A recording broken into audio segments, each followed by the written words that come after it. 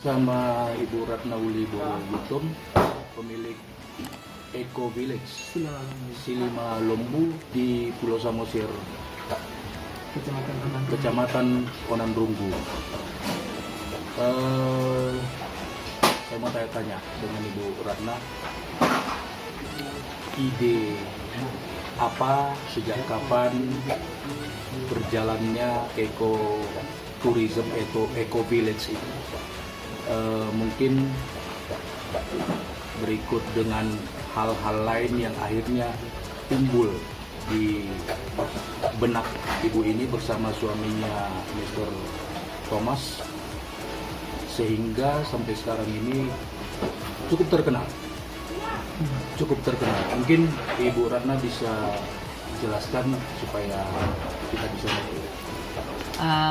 Sebenarnya kita Sejarahnya awalnya begitu. awalnya kan 12 tahun yang lalu aku pulang ke sini untuk bantu mama saya untuk bertani gitu kan, karena dia udah mulai tua waktu itu. Jadi kita kembali ke Lombu. Tapi waktu saya kembali ke sini ya, mulai berladang, yang sulit itu saya temukan orang yang bisa bantu. Jadi ketika saya bisa juga contohnya nyari orang untuk bantu atau kita bayar pun tidak ada. Waktu itu ada banyak bapak-bapak yang mungkin di sini juga bekerja.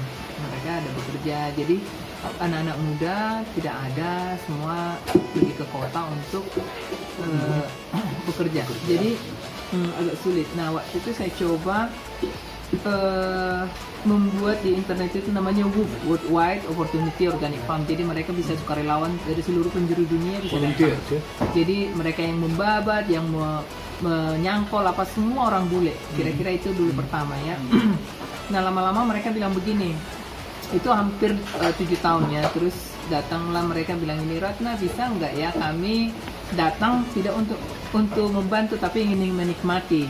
Nah, buatkanlah tempat untuk kami untuk bisa menikmati ekotourism gitu. Jadi, nah kita buatkanlah homestay buat mereka untuk bisa menginap. Tapi itu sangat sederhana homestaynya. Nah, dari situ kita belajar kembali ke alam ya, kembali ke natur. Jadi memanfaatkan alam, karena kita juga hampir semua di sini ada tumbuh-tumbuhan, buah-buahan, sayur-sayuran itu fresh. Nah, kita coba dengan itu. Nah, kita membuka warung makan, kira-kira gitulah, restoran atau homestay. Tapi mereka hanya orang yang singgah ke rumah ini yang kita ini makan. Kalau yang orang lewat saja mungkin tidak ya. Jadi hanya tamu yang kita datang untuk mereka datang. Jadi kita bikin paket lah. Saat ini masih kita bikin paket 50.000 per orang untuk makan. Biasanya itu udah makan itu ada segala jenis buah-buahan atau sayur-sayuran, ada ikan, ada ini, hampir semua yang kita kasih ke tamu kita itu semua fresh itu. Jadi tidak ada menu. Kalau menunya nanti nggak ada gitu loh. Pada datang lagi mungkin telur bebek hari ini ada, mungkin ketika datang bebeknya tidak bertelur, kira-kira seperti itu. Jadi apa yang kita panen hari ini itulah yang kita kasih untuk tamu. Ada mungkin ikan lele, ada mungkin ikan nila, ada telur, ada mungkin ada ayam, seperti itu ya. Ada macam-macam kita punya, karena saya juga punya banyak ternak. Nah, sesudah kita buatkan makan, kan kita orang datang hanya menikmati makan atau tumbuh-tumbuhan, kurang. Nah, kita coba dulu membuat sauna. Nah, sauna itu memanfaatkan dari alam, karena bahannya juga hanya dari tanah liat gitu ya, pasir sedikit 10%. Jadi kita buatkan sangat simpel, membuat oven untuk pizza andaliman, tapi bisa juga membuat sauna. Nah, membuat sauna ini juga bisa membuatkan juga air panas. Jadi dia multifungsi ya, ada 3 macam untuk dinin. Kita mau bakar ikan lele juga boleh di sana, kira-kira gitu. Jadi memanfaatkan sauna ini pun karena ada beberapa produk kita. Contoh dari kemiri itu kita hampir semua 100% kita gunakan, mulai dari kulit kulit luarnya itu menjadi kompos, kulit dalam itu ada yang sedikit itu menjadi nyalain api, yang kulit cangkang yang keras itu menjadi bara api. Nah, sisanya minyak kemiri itu ada sedimennya itu menjadi luluran, bisa untuk scrub, sauna.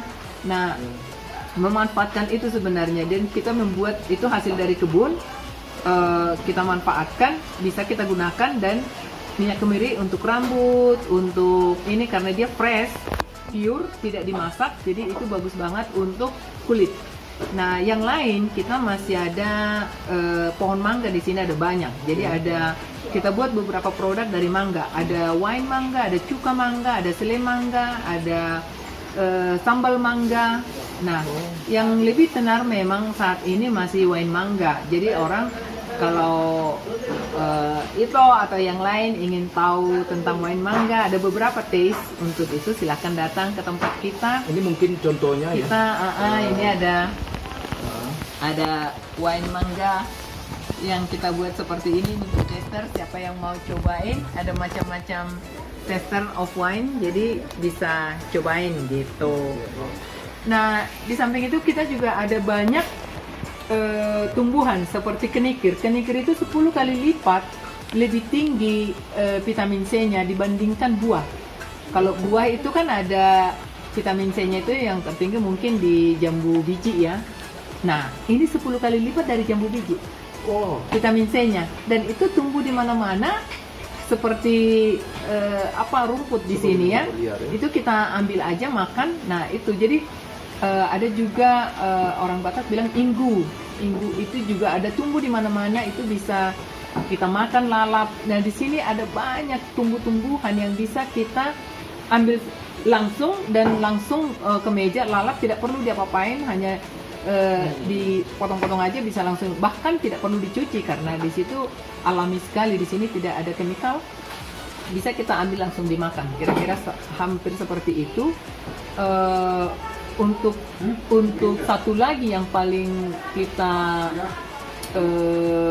banggakan juga ada di sini yang lebih gampang tumbuh, itu namanya sorghum. Sorghum itu free gluten sama free sugar. Jadi itu untuk anak-anak baru biasa bisa makan, sampai orang tua itu nyaman sekali untuk memakan sorghum, terutama kalau dia ada diabetes. Jadi dia karena ini free sugar ya, free gluten, jadi sangat bagus untuk semua kita, sangat sehat gitu loh. Jadi kita tidak perlu makan daging, makan buah-buahan atau makan sayur-sayuran, karena semua apa yang dibutuhkan oleh tubuh semua ada di sorghum. Bu Ratna, saya potong. Selain tadi mempunyai ide membuat satu kampung atau namanya ekoturism ya, sekarang ini kan saya orang luar itu sering mendengar ini wine ini. Bagaimana Ibu Ratna bisa mempunyai ide untuk membuat wine itu, dan bagaimana bisa akhirnya meracik sendiri, memfermentasi sendiri itu? Atau apa yang mendorong Ibu? Apakah Ibu punya mangga sendiri, sumbernya gampang dapat atau gimana? Mungkin bisa di... Sebenarnya sih ini adalah belajar dari alam. Jadi karena alam memberikan untuk kita, ada banyak sekali mangga di sini, ada banyak berjatuhan ketika musim mangga, jadi kita bingung mau dimanfaatkan untuk apa. Nah, kita coba juga tanya ke sana sini, kita coba lihat di Google, apa aja yang bisa kita buat dari produk mangga. Nah, kita yang paling mudah memang yang kita lihat, karena ini mangga ini kan sudah jatuh dan pecah, terbuang, tidak bisa dijual lagi. Nah, karena dia udah jatuh, yang bagus sekali ini adalah dibuatkan difermentasi, karena kualitas mangganya sudah bagus karena sudah matang dan dia jatuh pecah. Nah, pecah itu tidak perlu lagi kita harus susah-susah lagi memecahkannya gitu loh, mengambil jusnya. Nah, itu mungkin idenya dari awal membuatkan itu menjadi difermentasi lah mangganya, kira-kira gitu. Yeah. Saya pikir ini jarang ya, walaupun ada di daerah-daerah lain mungkin fermentasi dari buah, katakanlah salak, khususnya di Samosir ini.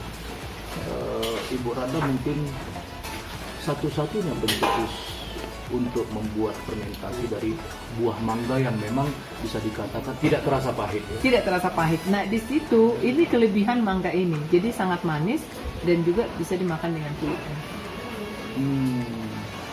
Iya. Baik, jadi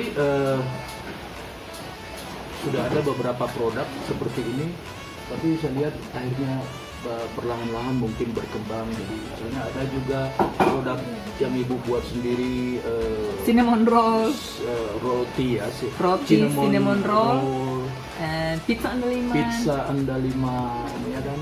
Ya, ada juga sorghum, nanti ada sorghum terbuat dari sorghum. Ada juga teh saya lihat. Ada teh kenikir, ada teh daun sirsak, ada teh rosella, ada teh dari Fonseri.